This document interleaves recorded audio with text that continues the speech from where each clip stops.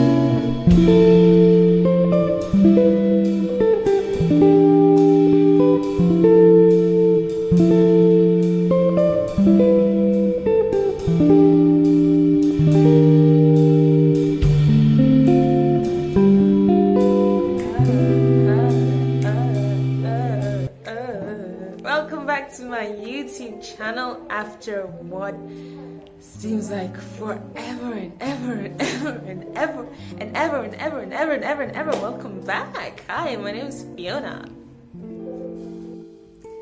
Hi guys, once again, welcome back to my channel.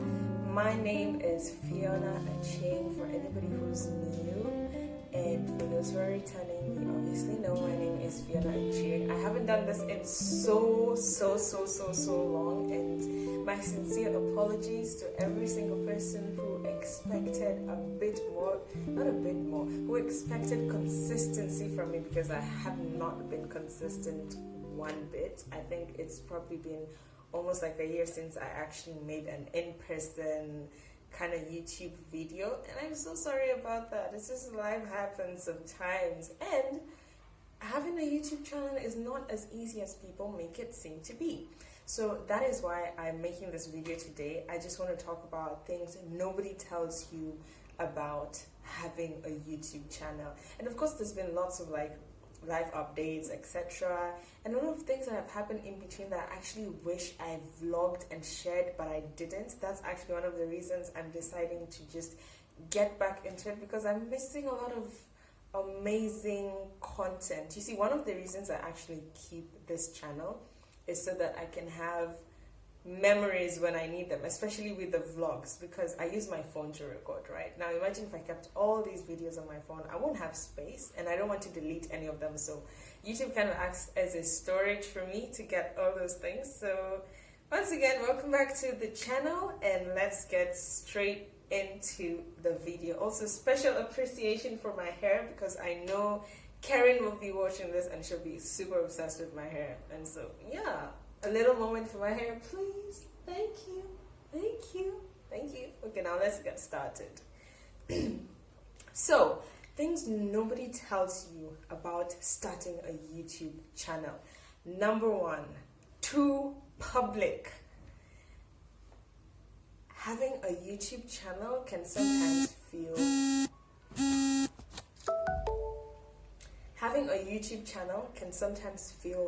so public, because it feels like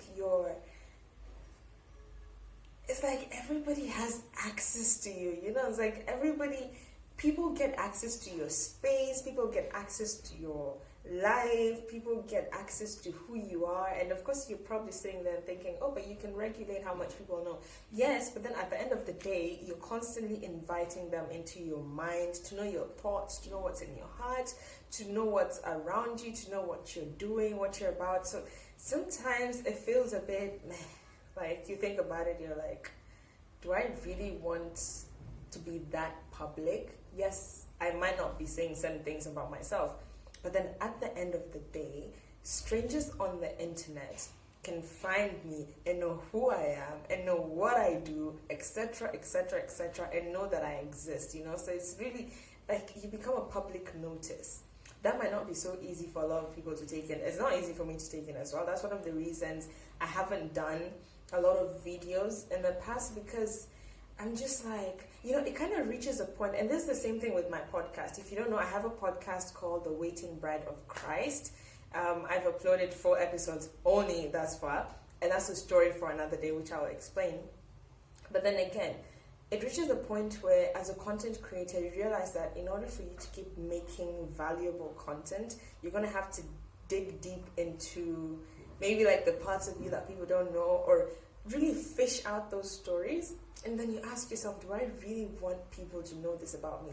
And there are times when you can only really push out that information when you dig deeper. Like, there's no other way you can really make your message resonate unless you become a bit open. So that's a question I've been juggling with myself. Do I want to be that open? Do I want people to know me this much? So yeah, YouTube can be so public. Once you start, it's like there's a lot of people in your life, and it feels some way sometimes. So that's the first one. The second one is the effort. It takes so much effort to do YouTube. People don't tell you this. People think you just wake up, you pick your phone, and you run with it. No, you don't. First of all, you have to kind of look presentable, in that, like, even if you're putting like a little bit of makeup, if you have natural hair like me, obviously I didn't sleep with my hair like this. I probably did my own cornrows and everything, and I can't just sit here and be doing a YouTube video with my hair looking all sorts of ways. So I have to make my hair, I have to make sure I have to think about where I'm going to record, I have to think about lighting, I have to think about time, I have to think about space because I use my phone, I have to think about what time of the day, I have to finish other work before I get to it. Like, it's so much work. People think it's so easy. Even the 1-minute videos that you see on YouTube, it takes time to make them. And then after you record the video and you have to edit it, you have to look for a thumbnail, you have to get music, you have to get this, you have to get that, People don't tell you. It's a whole process. Making YouTube videos is a whole process. And that's one of the reasons you find a lot of maybe YouTubers slack behind, or maybe they miss their deadlines, because there's just so much to do. And when you work full-time and then you also have to do YouTube, it becomes even harder, because where do you get the time to edit the video, the time to record the video, the time to sit down and think about the content that you want to put out and what your audience will get from it? Because I'm in Ghana, let me just say, chale, it's just, it's something else. It takes a lot of work. And the third thing that nobody tells you about starting a YouTube channel is that you really have to think about how sustainable it's going to be, because of the challenges, not really challenges, because of the effort that goes into making the video. Like I said, you find that a lot of people kind of just stop in between because they can't keep up with the demand. Again, I forgot to mention, you have to ensure people are watching your videos so you have views. I do so bad on that. Like, I barely share most of these YouTube videos. If it wasn't for some of you who actually circulate it, I could be doing worse than I actually am right now, because it just takes so much work, So if you're not ready to really make that kind of sacrifice, then it'd be really hard to keep your YouTube channel.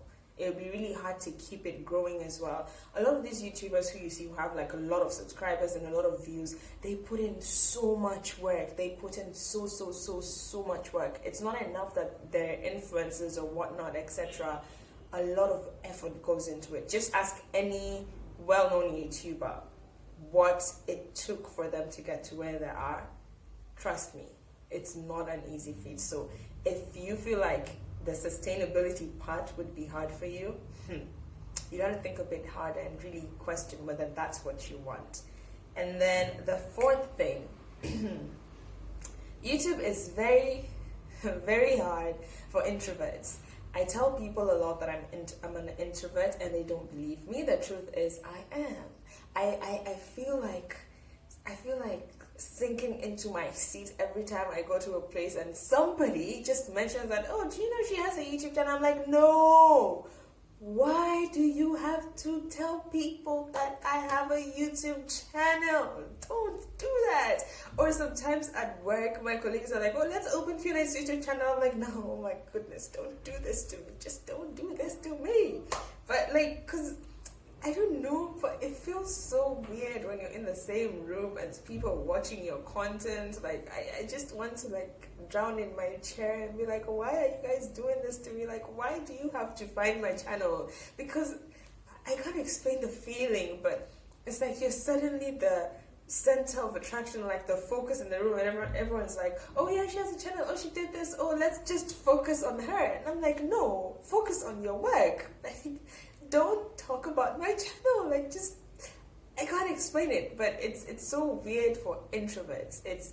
I really am an introvert, trust me. I just don't look like it, because when I need to do something, I make sure I do it.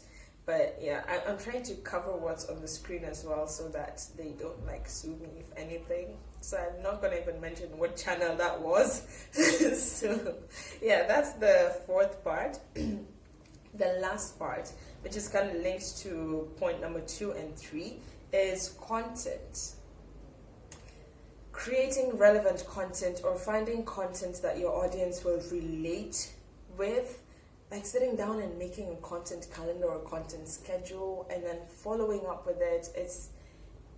It can be a bit, a bit difficult, again, depending on how much time you have, how creative you can get, etc. So it takes a lot of creativity, it takes a lot of effort, it takes a lot of intentionality to sit down and decide that, okay, this is what I want to focus on my channel for the month of August or for the month of September, and this is when I'm going to sit down and record it, this is how I want to execute, etc.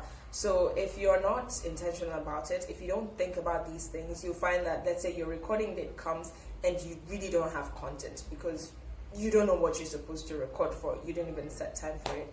So those are a few things nobody tells you about starting a YouTube channel or doing YouTube, and I thought I would make that as a way of excusing myself and my bad behavior for not being consistent on this channel. And I pray by the grace of God that I become consistent. Please, thank you to everybody who is really holding me accountable to this and constantly reminds me, hey, why haven't you put out a video? Why haven't you put out a video? Please keep doing that, and please help my laziness. I will improve on my laziness, but please help me by sharing this video to as many people.